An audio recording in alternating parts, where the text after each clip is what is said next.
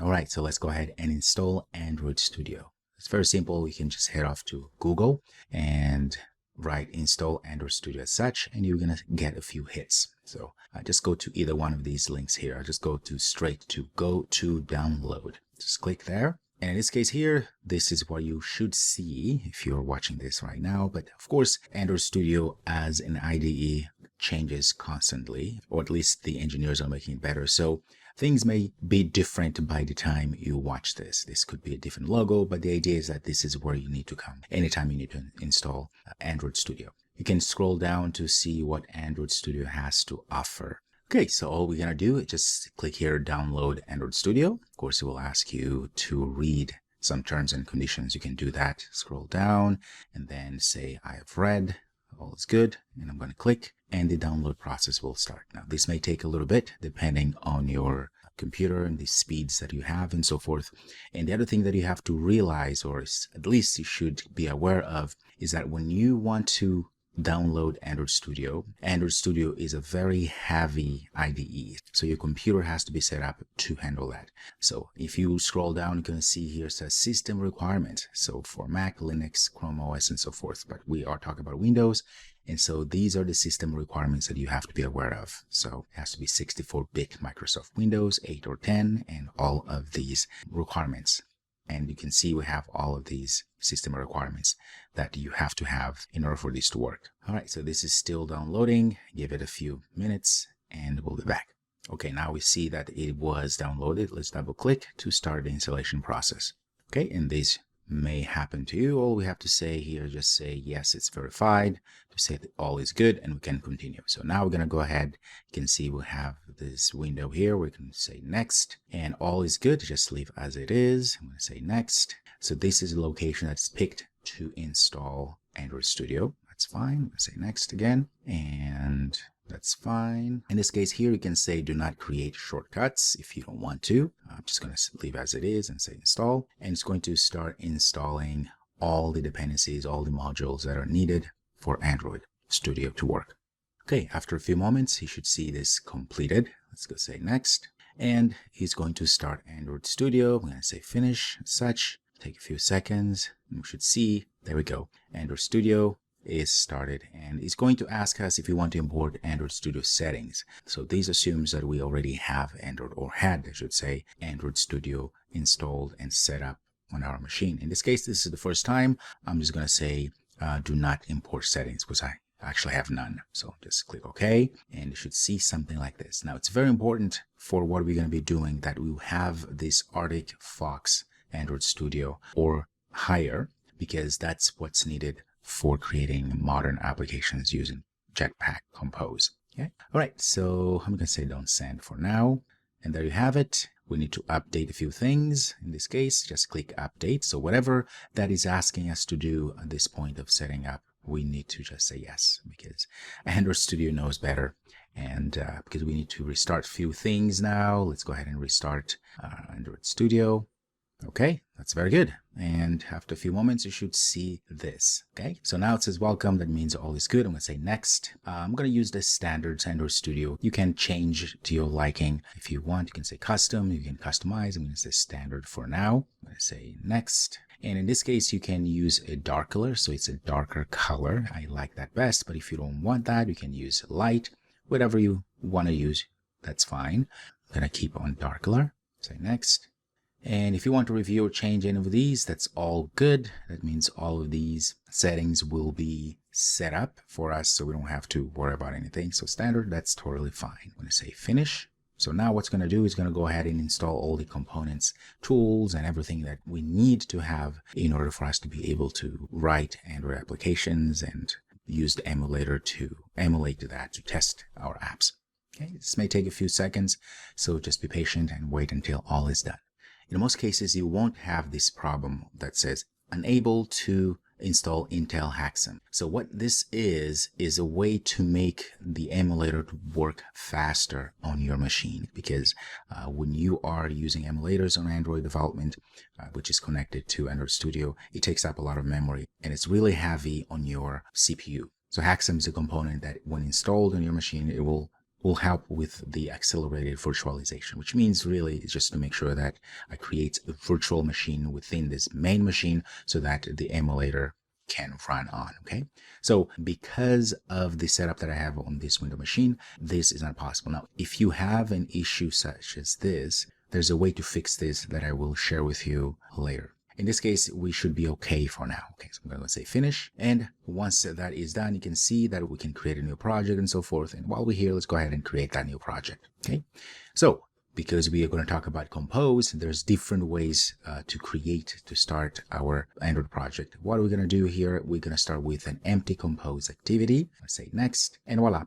So the next thing we need to do here is notice that we can give a name to our application. I'm going to say my test app as such, and you can give a package name. You just leave as it is, and this is the location where this is going to live, this project. And of course, we're going to use Kotlin. That is the default language, as you see there. Okay. All right. So the other thing you notice here is that we have minimum SDK where this will be run on. That's fine. API 21. That's totally fine. If we want, we can go higher. In this case, you could use the latest one, but notice the higher you go, the less devices are supported. So we're just testing things. Let's just get to API 29. That's fine. All right. I'm going to go ahead and say finish. And now you can see that Android Studio has started. Okay, very well. So there we go. We have Android Studio and tells us what's new. This is the assistant. You can always hide it from there. Very good. And it's loading our first project there. So we'll take a few seconds. Now, just keep in mind that this process may take a while. So just be patient while the whole project is being indexed. It's getting in all the dependencies, the SDKs, and all that great stuff in the background. So just be patient with this. All right, so after a few moments, you can see that everything is indexed. You can see there's no loading at the bottom here, so that's good news. And now it's going to ask us to build and refresh to hopefully see some sort of preview here of our compose code that is written there. Okay, so it looks like it says failed to install the following Android Studio SDKs. Some licenses have not been accepted, right? So to build this project, accept the SDK license agreements and install the missing components. And it says here using the Android Studio SDK Manager. So Android Studio SDK Manager is here. So hover over to the right. So I'm going to click that. So let's go ahead and install that one there, which is Android 11R. And let's see what else we need to do. I think that's fine for now. Okay, I'm going to say apply.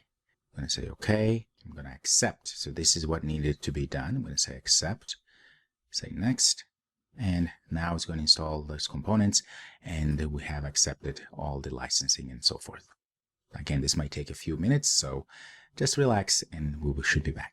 Okay, after a few moments, notice that everything has been installed successfully. I'm going to say finish, just say okay, get out of there. In this case here, let's go ahead and refresh again. Okay, looks like everything is looking good. Take a little bit to do some building out internally. Just wait for a second here. Okay, looks like the build was fine and our preview is taking its own time. Let's go ahead and close this down so hopefully we can have more space here. Still analyzing our code, and voila, the preview is there. It's very, very small. Okay, so if I come here and we're passing this Android, I could say and me like that. You can see as you change, the preview right away shows exactly what's going to be showing, right? So hello Android me. Now, the other thing we need to do is to make sure that, okay, of course, obviously, this is just the preview of what we are composing here. This is the beauty of Jetpack Compose, is that we can actually use this code directly and starting to compose our user interfaces, which is why this is very exciting.